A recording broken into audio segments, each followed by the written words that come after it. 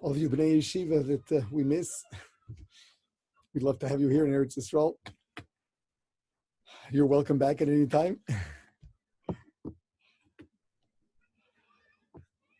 So you spend time learning about the responsibility we have for the rest of Klal Yisrael, and perhaps got to get a better, more clear view of really the state of the Jewish people.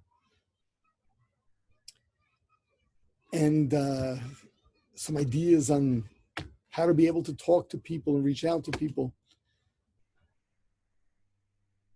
So first, often it's asked, what are the odds that we're going to be successful? Look what we're up against. Number-wise, statistically, the overwhelming majority of Jews all over the world are holding nowhere. Generally identified left, liberal, anti-values, anti-Jewish values, real authentic Jewish values, believing that democracy is the most sacred Jewish value, that the most sacred Jewish value is that you have to respect everyone's right to believe in whatever they feel like without any need to defend it, which is so un-Jewish.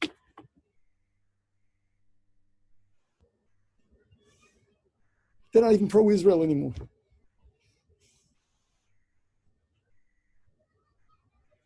What are the odds? What are the odds? Where they're holding?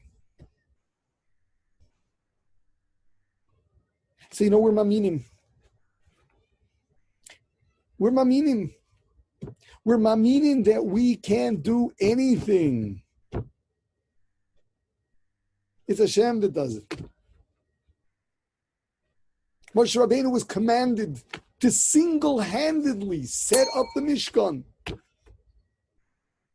The Amudim, they weighed a ton. He had to set the whole thing up himself. He tells Hashem he can't. So Hashem says, you try and I'll make it happen. And the Svarim right. It's not a special nest for the Mishkan.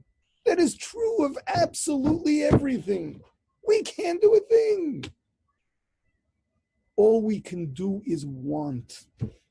Hashem gave us one power, free will. We can want.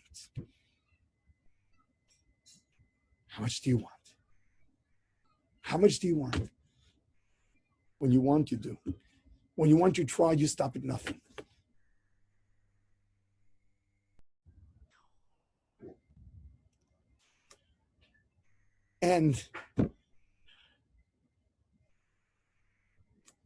And when you try, Hashem makes it happen. People say it was unprecedented. Where in Jewish history did you ever have such a thing? Read your Navi, Yeshua HaMelech did it.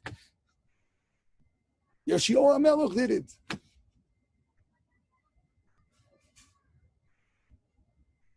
He was the king.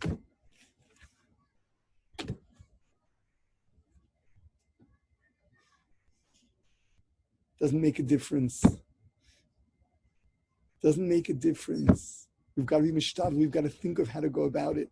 And Hashem will make it happen. Nevertheless, we've got to come up with plans. We've got to think of how to do things. So people want to know, like, what's your first achrayis? Your achrayis is to think. Your first achrayis is to think, what can we do to change the way Jews believe? What can we do? What can we do in a way that will reach the masses? Small scale, of course. Talk to whoever you can. What's the question? You're learning. When you learn, the only thing on your mind should be learning. No question. When you learn, you have to be totally shakua in your learning. In the middle of the sukkah, you're thinking about a Kiruv project. What kind of learning is that? So it means that when you're in the process of learning, you should think about nothing else. Chas v'sholem. There's no Be'adam L'Chavero. You become a totally selfish, self-involved, self-engrossed Talmid Chacham. We ever heard of a Talmid Chacham that doesn't care about others? Of course, you don't invest major time and you don't spend your day daydreaming when you're learning. But you have to set aside times that you think about Klal Yisrael. And if you find yourself in the proximity of somebody that you think you can talk to, a plane ride, you're on a flight, you're sitting next to somebody who's Jewish and not from, you have hours, talk to him. You start off with small talk, you don't just bombard him with religion, but talk to him, talk to him about what you're doing, talk to him about what you believe in. To the point that if you befriend him, you make chavrusa. You'll learn with him on the phone once a week for a half hour, 20 minutes. That's going to take you out of your learning.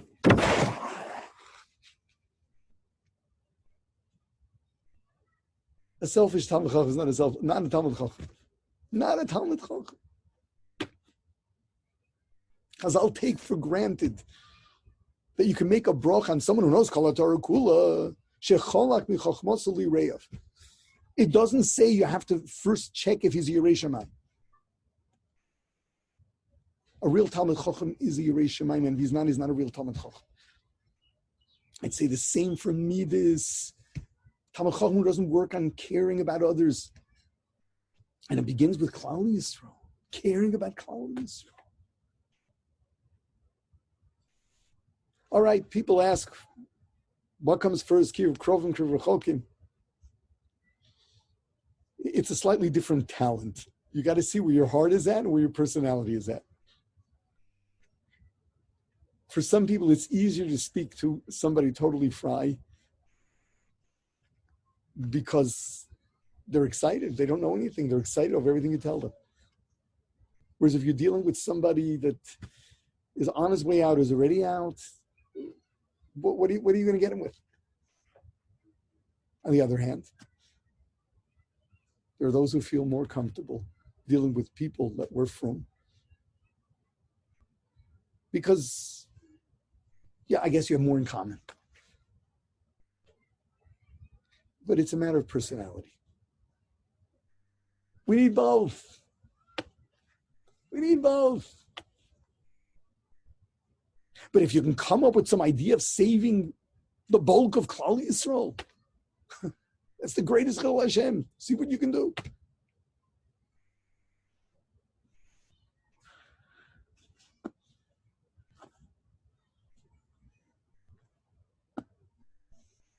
How much time should someone spend doing Kiruv while they're growing and they're learning?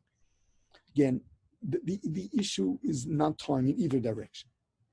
Number one, it has to be on your agenda. If you're Yirei Shamayim, if you're Bal Midas, if you care, it's got to be on your agenda.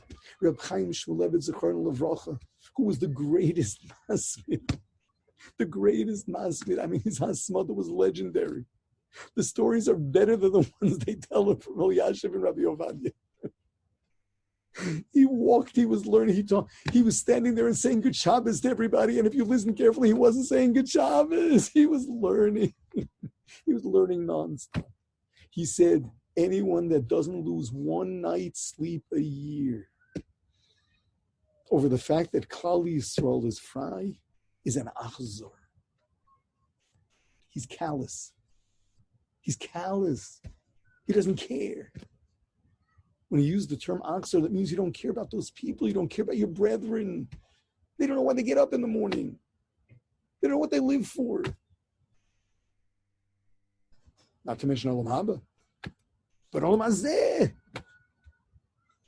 Reb Chaim said, Bein Azmanim. In our days in the Mir, he urged us as Bachrim to go join Yeshivot La'am, which is run then by Yad Lachim, by Pilim, where we'd move into the Moshavim. In the morning we learned ourselves. The afternoon we learned with the local kids. And at night we made house calls and we convinced the parents to send their kids from schools. He encouraged this. Certainly Ben Azman. During this man, again, if you're going to find yourself a partner in Torah, someone that you can learn with, either someone you met or someone you were assigned, that's a wonderful thing. And be kaveh eating for thinking of ideas. Think of ideas. Think of ideas. If you got any good ones, there are plenty of good people to talk to. And if you can't get through to anybody else, try me.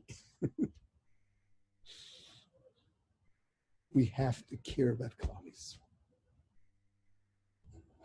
We have to care about Klal Yisrael. We have to think about Klal Yisrael. We have to feel the pain of Klal Yisrael. So you know better. You know better. You know the secret. You're empowered.